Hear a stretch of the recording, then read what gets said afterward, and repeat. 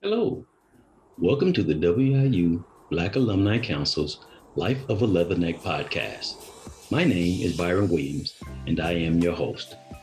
You may be wondering what these recordings are all about.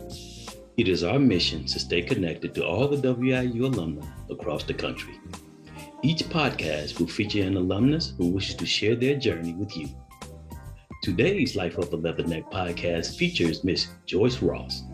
She's the immediate past president of the Black Alumni Council. Hello, Ms. Ross. How are you? Hello, Mr. Williams. How are you, Byron? Doing good. How about yourself? I'm all right. So, first of all, I want you to tell us, what have you been up to? All the Leathernecks spread across the country, across the world, want to know what has Ms. Joyce Ross been up to? Well, I've just been working. I worked all during COVID. I work in a shipping company, and we never stopped working. So I've just been working and enjoying life and just waiting to see what God has planned for me for the future. Great. So tell me your WIU story. Do you mind sharing that? How did you choose WIU out of all the colleges across the country? You settled with WIU in Macomb, Illinois. What brought you there? Well, that's a funny story. I was accepted to a HBCU, Jackson State. And at the time, my parents were from Mississippi. And my father basically said he was not going to take me back to Mississippi. So he said, what about that college that you got that letter from? Hold on. He went in the room, came back, and he said, yeah, don't two of the people from the church go there, which is, at the time we called her Renee, which is British. Okay. And Harry Cooper. And he said, yeah, you can go to school with them. I feel safer with you with someone that you know. I know them, you know their parents. So that's how I wind up at Western. So he gave you a big urge and a hint. Hey, you going to Western? Basically, okay. Yeah. So what was your major at WIU, and were you involved in any extracurricular activities or organizations? Yes, I majored in home economics with emphasis in retail marketing. I was in a couple of organizations. I'm a Kappa Diamond. Yes. I was a member of the Black Student Association. I also was, at my freshman year, a gymnast for Western Illinois University. Doing flips, back flip, forward. Yes. What did you specialize in gym? I did the floor routine and the uneven bars, parallel bars. I did the whole all around. Oh, awesome. So is your major still relevant to your career path? If not, what has been the catalyst for your evolution or pivotal change in life? Well, I worked in retail. I did the store displays for a corporation called US Shoe Corporation. At the time, they owned Casual Corners, Petite Sophisticate, and August Max. And I did all their displays across the Chicagoland area. I left there, and then I went to the Limited Corporation, where I worked with Lane Bryant and the Limited Express. I did their displays and marketing. And I was working part-time at FedEx. I was coming in early and doing things that they asked me to do at FedEx, and it wound up being a full-time job. So I pretty much just transitioned into that. Awesome. So what was your most memorable moment at WIU?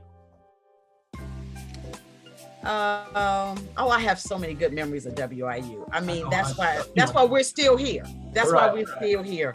It actually was, it's a combination of becoming a Kappa Diamond. I have sisters that I've been knowing for 35 years. My best friends are from Western, Robin Johnson and Kimberly Dawson.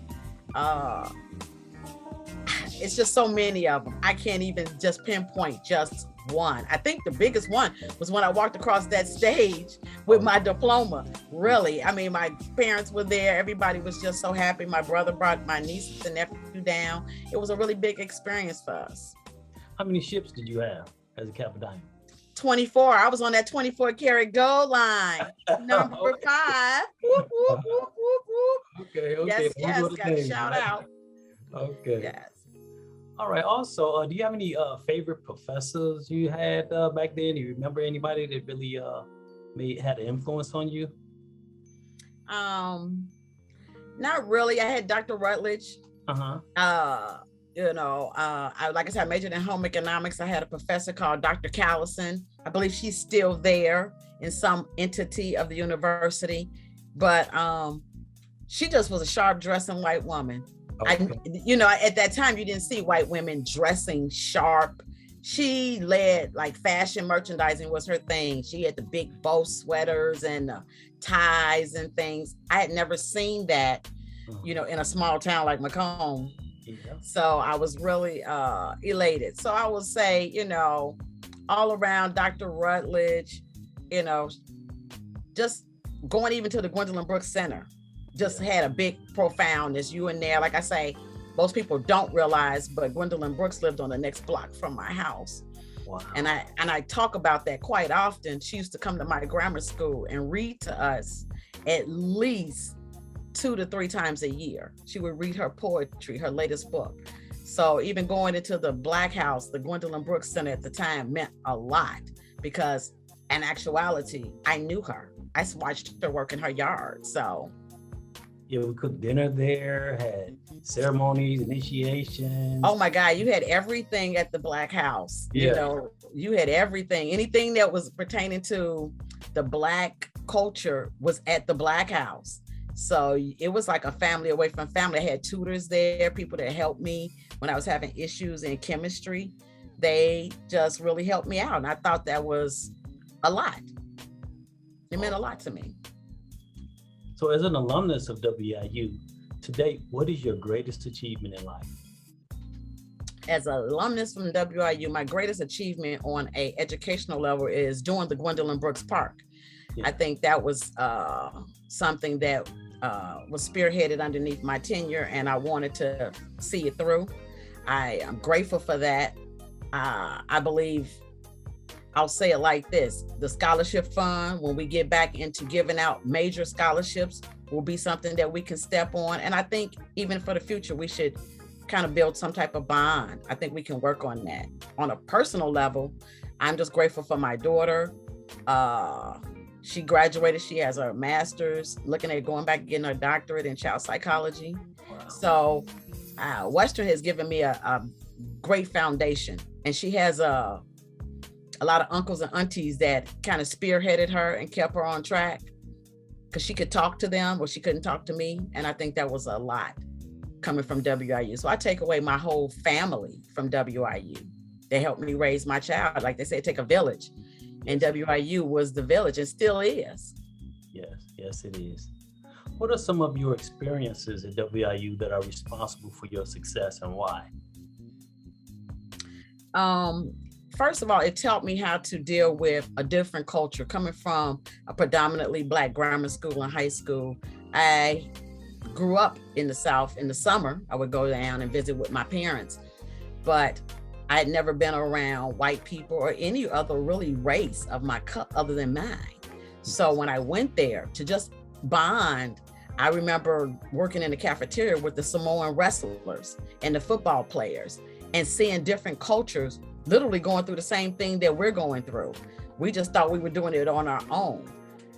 You meet different people and you just realize that the only thing different is the color of a skin, and that you still going through the same issues. They were in the same tutoring classes I was in. You know how you think that they're smarter than you. Oh no, they're not smarter than you. They were they were having the same issues, a financial issue, where you go, remember you used to walk in Sherman Hall and look in the book and see if your name is in the book before you go register for your classes. Yeah. If your name in the book, that means you owe money and you can't register. So it was the same.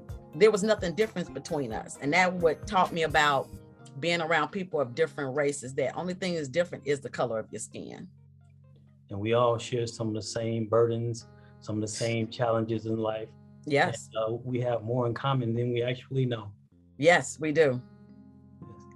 So if you had to give advice to a younger version of yourself, a young 18-year-old Joyce Ross, what would you say to her?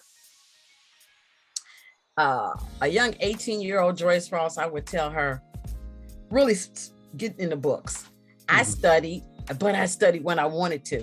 I think I could have studied a little bit more. I'm not even thinking about it. I know I could have studied a little bit more. There were so many opportunities that Western Illinois had that we never even took advantage of. We could have came out with our real estate degree.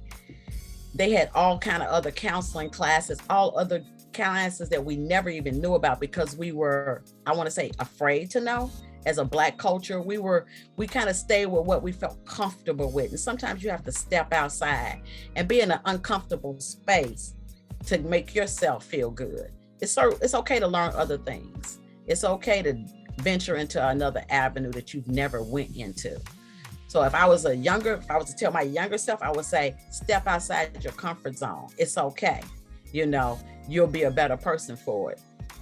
That's very good advice. Now, you're a member of Sigma Gamma Rho, and you're actually a Centennial Bossalist. Yes, so you're going to be a Bossalist, a Centennial Bossalist. There won't be another one for another 100 years. So how does it feel to be able to pass the torch on 100 years from now? Wow. That's a lot. I am actually grateful. I will say this, I joined the sisterhood, not at Western Illinois University, but I have a lot of respect for Epsilon Beta from Western Illinois. We're celebrating 50 years from there. Yeah. And they have accepted me wholeheartedly with open arms. I've never felt so warm and welcomed into an organization. But being the basilisk of my chapter, which is Zeta Xi Sigma out of Harvey, Illinois, it's a big responsibility. I enjoy the challenges. It's something that I say I'll position for. I don't know if I'll do another term. I'm going to run. Hopefully I win the next term. But going and see a centennial, we're just so excited because it's only 2 organizations that have not been 100 years. We're next, and then it will be the IOTAs. Other than that, everybody has celebrated their 100 years, and we just can't wait. We're on our road to Indianapolis. We don't know what to do. Everything is geared around 100 years. And that's just saying a lot. I think about my experience with Western Illinois and actually the founders of Sigma Gamma Rho, because it was founded at a predominantly white institution. So we're one of the only sororities out of the Divine Nine that was founded at a predominantly white Butler University. And for 7 school teachers to go through what they went through in the Depression 1922, across the street from the KKK headquarters, and 100 years later, we're still standing. Hey, I can't say anything else, but God is good. Yes, and those 7, if they saw what is going on 100 years later, they would be so elated that we're doing this. We're still here. So how many members of the chapter? Your chapter, how many members? In my chapter, we have 35 members. Okay. And what weekend will you be in Indianapolis? The weekend of, I can tell you, the weekend of July 11th, I'll be there the whole week. Okay. I'll be in Indianapolis the whole week. I know you all gonna have a great time. Yes. So if you had any redos as far as changing the past, is it anything you would do differently than you did the first time?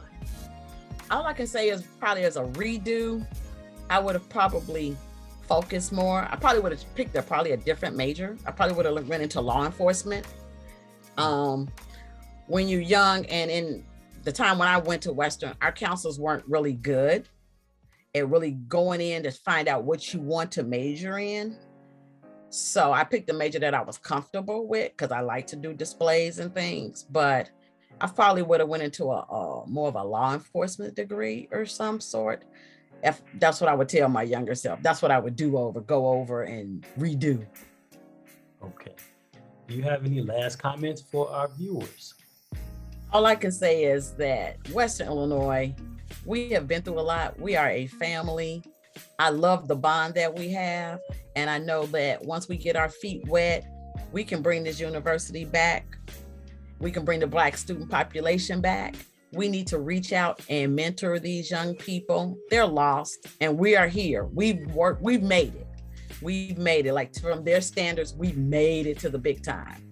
And we can tell them it's okay, but we can also guide them to make the right choices that they have when they're down there. And I just think that we as an organization, as people, should always want to reach back and pull someone up with them.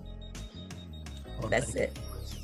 I also want to say thank you for the years of service with the WIU Black Alumni Council. You've done a wonderful job. You did an outstanding job at the dedication, Gwendolyn Brooks Park dedication. You gave a wonderful presentation, a great speech, and the audience really appreciated you. And we appreciate you on the Black Alumni Council. Thank you.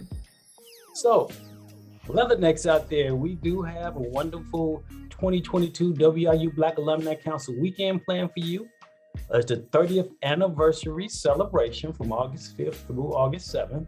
On Friday, we have a meet and greet from 8 to 1 a.m. at the Holiday Inn in Matteson.